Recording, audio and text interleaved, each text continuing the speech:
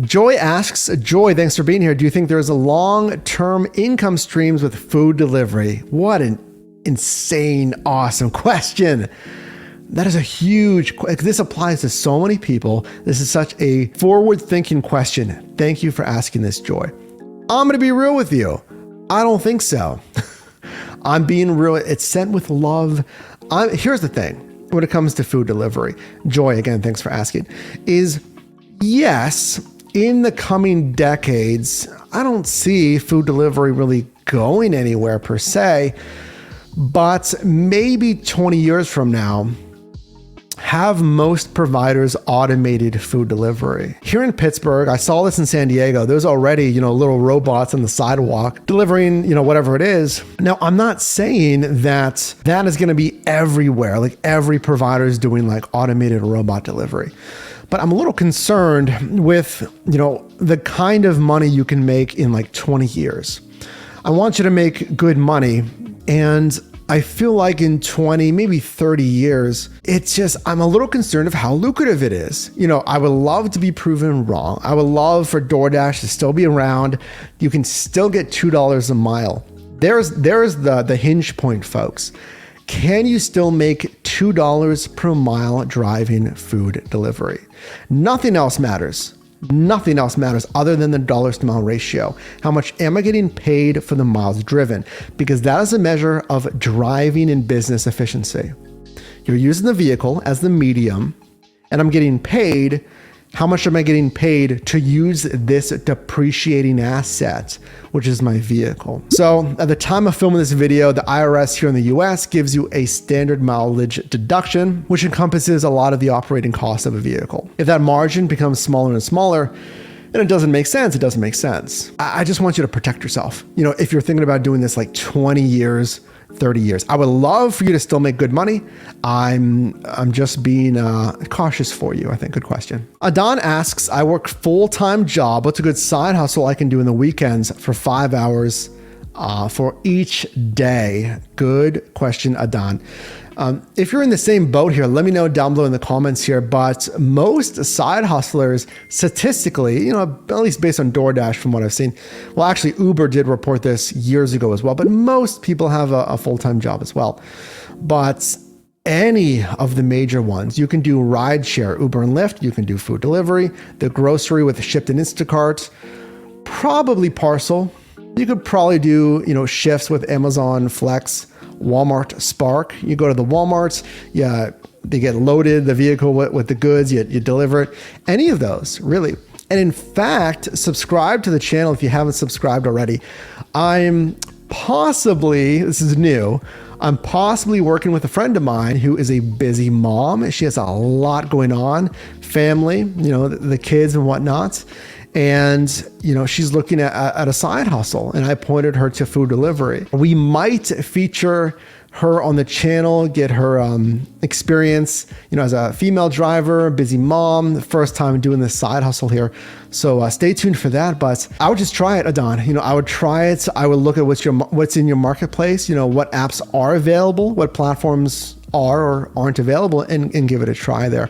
And, there's a whole playlists of a lot of these platforms on the channel here. So check it out. Thoughts on staying on DoorDash after shifts to decline jobs, which increases the offer for the next person? It's a good question. WLP, I get it.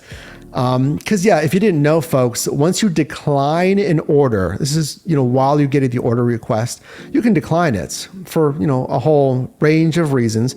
DoorDash will give you a list to choose from of why you declined it. And yes, when you decline, it boosts usually the base pay because the Dasher desirability, which goes into the pay, indicates to DoorDash that this isn't as desirable. So hopefully we'll make it more desirable by increasing base pay.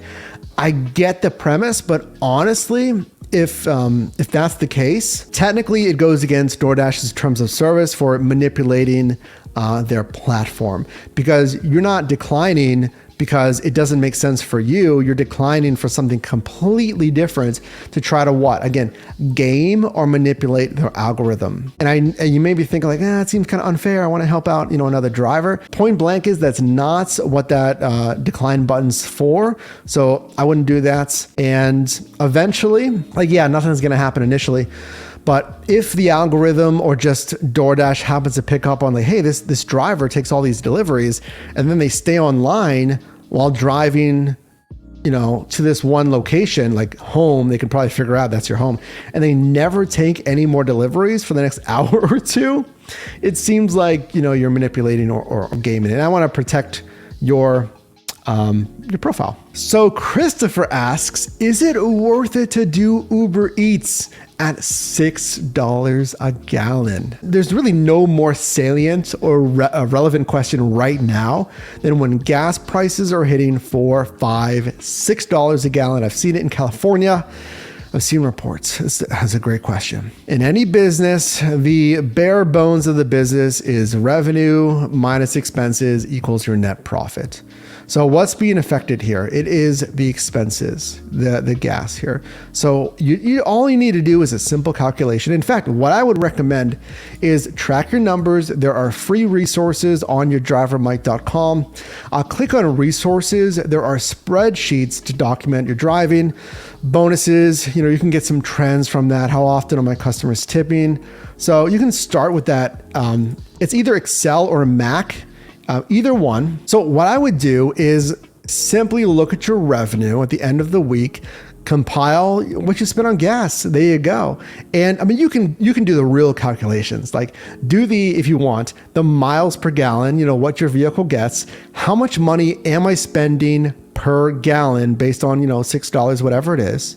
And then you should have the record of your miles, because you got to be documenting your miles. You can refer to that spreadsheet, to see the miles for the week, and then do the math. All right, I spend, X amount of dollars on my business miles. Because remember, if you drive, X amount of miles a week, you got to make sure you're distinguishing just business miles, which are, Uber, whatever it is.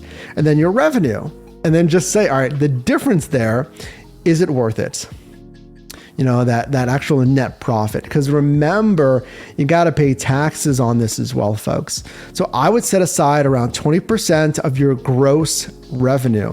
And I say gross revenue whenever I do my shift breakdowns, because again, it's not your net, your take home pay. So set aside like 20% just to be safe, and then run the numbers on the actual gas to see if it's worth it. It might not be worth it. And if it's not worth it, look at side hustles that don't use your vehicle. So at-home side hustles like the survey taking, affiliate income. If you're interested in a product, course, or service selling, Teachable, Podia to do that. You can do stuff on socials if you have any interest in growing a following and monetizing on socials. And give me some ideas give me some ideas down below in the comments, because we are a team here. There's always plenty of ways to make money from your computer there.